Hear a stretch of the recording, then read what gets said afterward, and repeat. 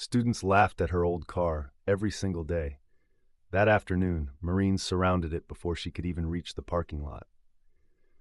Margaret Doyle had driven the same car for 17 years.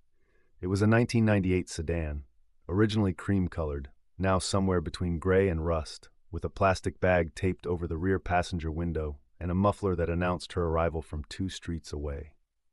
Every day she parked it in the same corner of the Lyndale High School lot, beneath the same dying oak tree, and every day a fresh wave of students found a fresh way to mock it.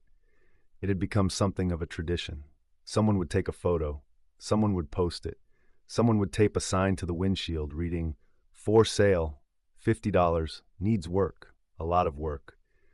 Margaret would peel the sign off without comment and drive home in the same car the sign had mocked.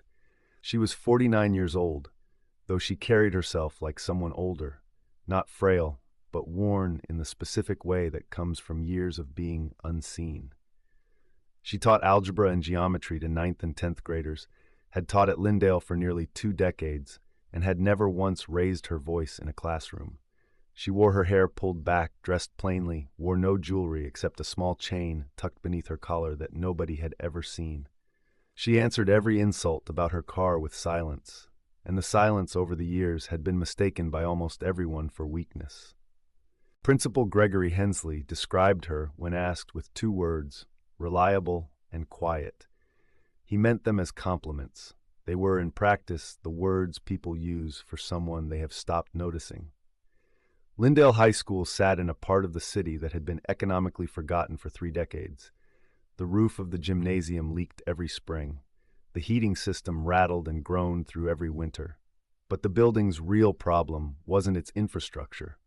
It was the quiet social order inside it, the way certain teachers were treated as important and certain teachers were treated as furniture. Margaret had been furniture for a very long time. On a Thursday afternoon in late September, the familiar scene played out again in the parking lot. 3 students, Tyler, Brandon, and a girl named Madison, circled Margaret's car with their phones out, filming. Tyler slapped the hood and shouted, "Does this thing even start?" Brandon walked around it doing a mock car commercial voiceover. Madison laughed and added captions to a video in real time. Margaret came out of the building a few minutes later, said nothing, got in, and drove away to the sound of the muffler and the sound of their laughter. This was Lyndale. Nobody thought anything of it.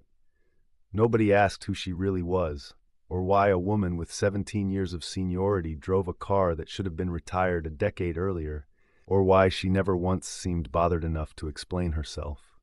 In October, something began to shift, although almost nobody noticed it happening. A sophomore named Camila collapsed during 3rd period in a classroom 2 doors down from Margaret's. The room dissolved into panic, students shouting, a teacher freezing, someone yelling for someone else to call for help. Margaret was the first adult through the door. She knelt beside Camila, checked her breathing, tilted her head correctly, and gave clear, calm instructions to the room without raising her voice once. "Open that window. Elevate her legs slightly. Hand me your phone. I need the time."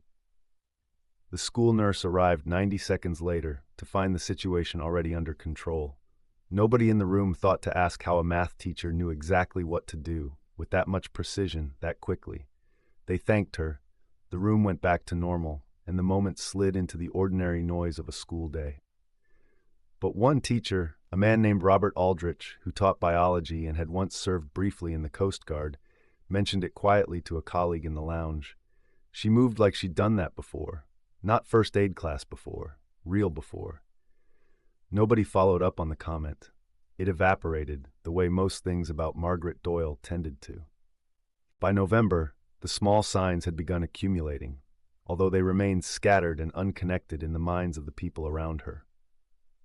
She corrected a fire drill the school had been running incorrectly for years, pointing out, calmly, that the designated assembly point was within blast radius of the gas line running under the gym, a detail nobody else in the building had apparently considered.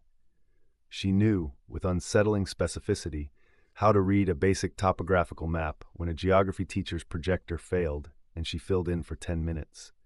She flinched once, almost imperceptibly, when a car alarm went off outside during a test. a flinch that lasted half a second, and that only one student, a quiet boy in the back row named Elijah, happened to notice. None of it added up to anything in anyone's mind. It was simply Margaret being Margaret. Odd, quiet, unremarkable. The car kept getting mocked. The signs kept getting taped to the windshield. The videos kept getting posted. Then came the Friday in early December that changed everything. It started as an ordinary day.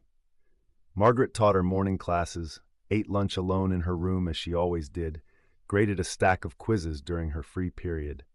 At dismissal, she packed her bag, said goodbye to a student lingering after class, and walked down the same hallway she had walked down for 17 years, toward the same parking lot, toward the same car. She didn't reach it. 3 black SUVs had already pulled into the lot, parked at angles that blocked the row entirely. A 4th vehicle, larger, sat at the lot's entrance. Students who had gathered near the exit doors for dismissal stopped talking. Phones came out again, but this time nobody was filming Margaret's car to mock it. They were filming because 8 Marines in dress uniform had formed a loose perimeter directly around her old sedan, standing at attention, facing outward, as though the car itself were something that needed protecting. Tyler, the same boy who had slapped the hood 3 months earlier, stood frozen at the edge of the crowd with his phone raised and his mouth slightly open. Principal Hensley came jogging out of the building, tie loosened, badge still clipped to his belt from a meeting. "Can I help you?" he said to the nearest Marine, a tall man with a master sergeant's stripes who didn't turn his head. "We're waiting, sir." The master sergeant said, "Not for you." Hensley looked at the car. He looked at the Marines surrounding it. He looked, with a dawning and uncomfortable confusion, at the small crowd of students who had begun murmuring among themselves, none of them understanding what they were watching, all of them understanding that something enormous and unexplained had just arrived at their ordinary high school. Margaret stepped out through the main doors a few minutes later, having been delayed by a student asking about a makeup test. She stopped the moment she saw the lot. For a long second she simply stood there. Then she let out a breath that seemed to carry something heavier than air, and she walked forward. The master sergeant turned the instant he saw her. His posture changed entirely, not relaxing, but sharpening, the way a soldier's posture sharpens in the presence of someone who outranks the moment itself. "Ma'am," he said. "Sergeant," Margaret said quietly. A murmur ran through the gathered students. Tyler lowered his phone slightly, his expression shifting from confusion into something closer to dread. "You're early," Margaret said, looking past the master sergeant toward the larger vehicle at the lot's entrance. "He insisted, ma'am," the master sergeant said 17 years was long enough to wait. The rear door of the larger vehicle opened. A man stepped out, older, gray-haired, wearing the dress uniform of a Marine Corps colonel, decorations across his chest that even the students who knew nothing about the military could tell represented something significant. He walked across the lot with the unhurried gravity of a man who had waited a long time for this particular walk. He stopped in front of Margaret. For a moment neither of them spoke. "Doc," he said finally. Margaret's composure, which had held through 17 years of insults and silence and an unremarkable life built entirely on purpose, cracked slightly at that single word. "Colonel Whitfield," she said. "I didn't think anyone still used that." "I use it every year," he said, "at a memorial where your name is read along with men you carried out yourself." He paused, looking at her, really looking, the way Kowalski had looked at Margaret Calloway in A Different Story, the way people look at something they were told was lost. "We were told you died in 2009. Convoy ambush outside Marja. We held a service. I gave the eulogy." The students nearby had gone completely silent now.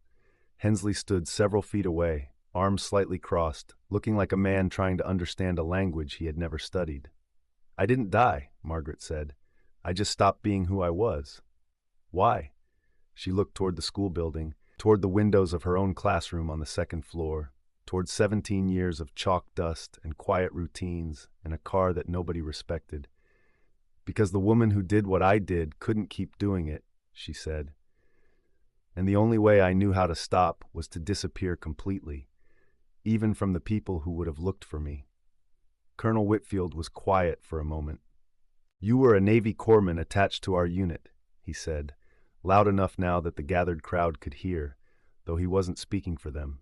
He was speaking for the record, for the moment, for something that needed saying out loud after 17 years of silence. 1st Battalion, 5th Marines, 2007 to 2009. You ran into open fire 14 times that I personally witnessed to reach wounded Marines. You held a man's chest cavity closed with your bare hands for 6 minutes until extraction arrived. You were hit twice yourself and refused medevac both times because there were others ahead of you in priority. He stopped. We listed you as killed in action because the report from the field said the corpsman embedded with our unit was lost in the ambush that killed Lance Corporal Reyes. Nobody confirmed the body. We should have. We didn't. And for 17 years, your name has been on a wall it shouldn't be on. A boy near the back of the crowd, Elijah, the same quiet student who had noticed Margaret flinch during the car alarm, whispered something to the student beside him. The words traveled through the crowd in fragments. Navy corpsman, killed in action, 17 years.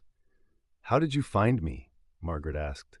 "Master Sergeant Doyle," Whitfield said, nodding toward the man who had first greeted her, "is your nephew. He spent 4 years quietly searching service records, hospital intake forms, anything that might have explained a body that was never actually recovered. 3 months ago, he found a teaching certification under a name close enough to flag." He paused. "It took him that long because you buried yourself well." Margaret looked at the master sergeant. Her nephew, evidently, though there was no obvious resemblance, nothing that would have told a stranger they were family. His expression held something she hadn't expected from a man she barely knew, relief, almost grief adjacent in its intensity. "You could have called first," she said to him, gently. "I tried, ma'am," he said, 17 times. "You don't answer numbers you don't recognize."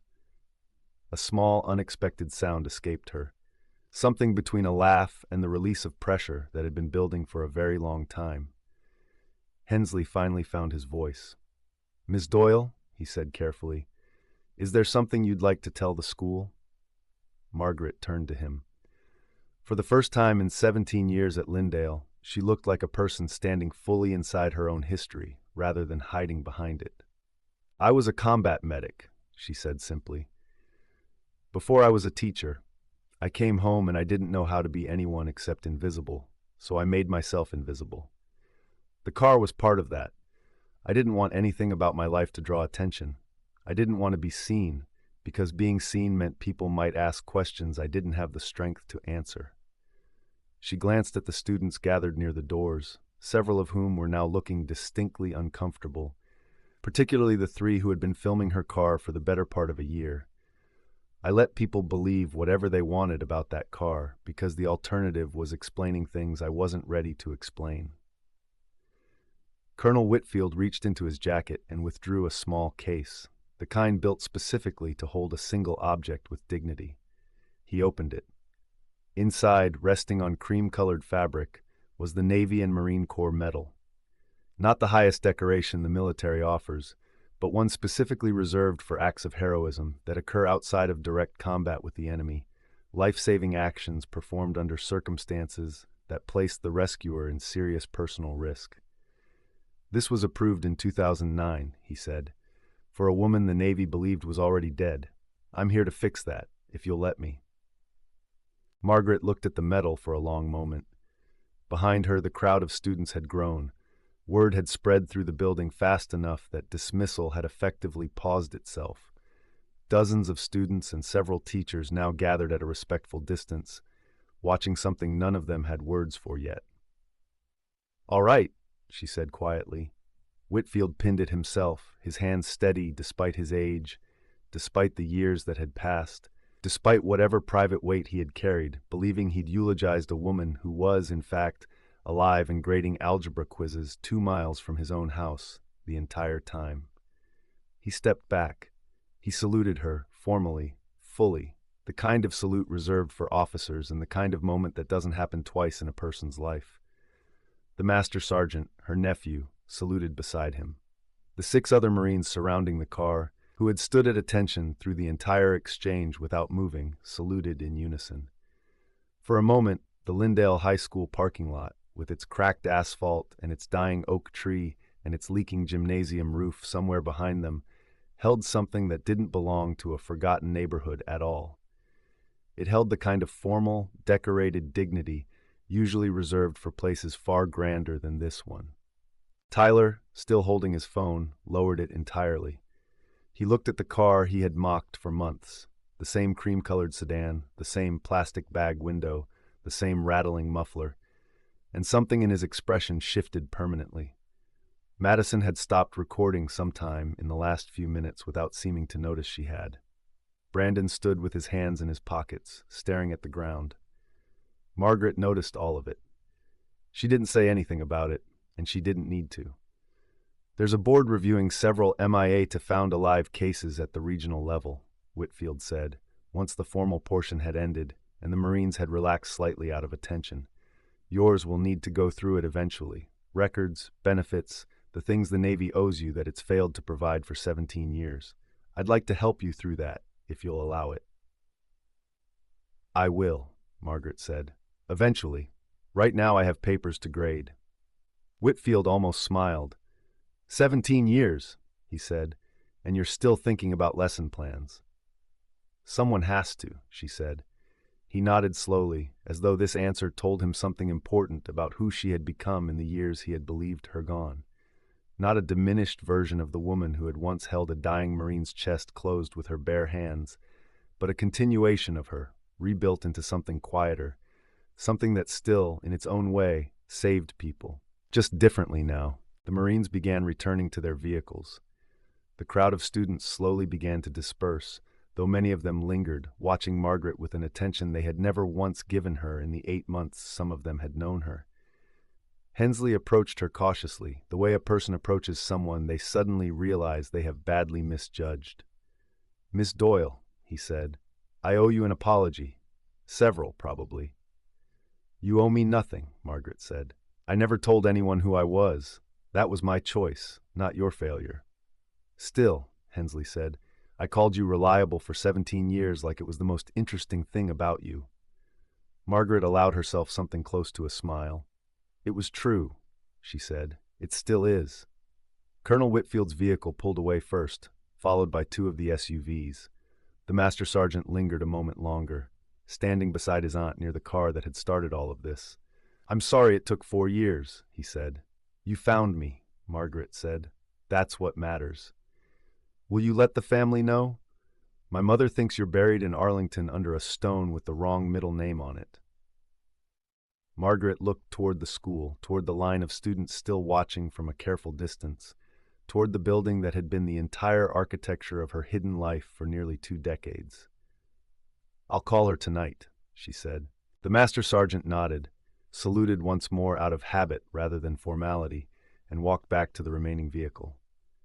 Within minutes, the lot was empty of black SUVs and dress uniforms, and Margaret Doyle stood alone beside her old cream-colored sedan, the plastic bag still taped over the rear window, the muffler still rattling faintly even at rest, looking exactly the way it had looked every single day for 17 years.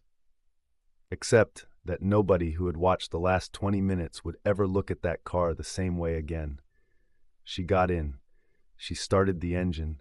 The same jichirdy sound, no, the same rattling, familiar sound, rose up around her, and for the first time in longer than she could easily remember, nobody laughed. She drove home through streets that knew nothing about what had just happened, past a school that would spend the following week talking about almost nothing else, carrying with her 17 years of silence that had just finally been allowed to end. She had always been more than what people assumed. It had simply taken the right people, after the right number of years, to finally come looking.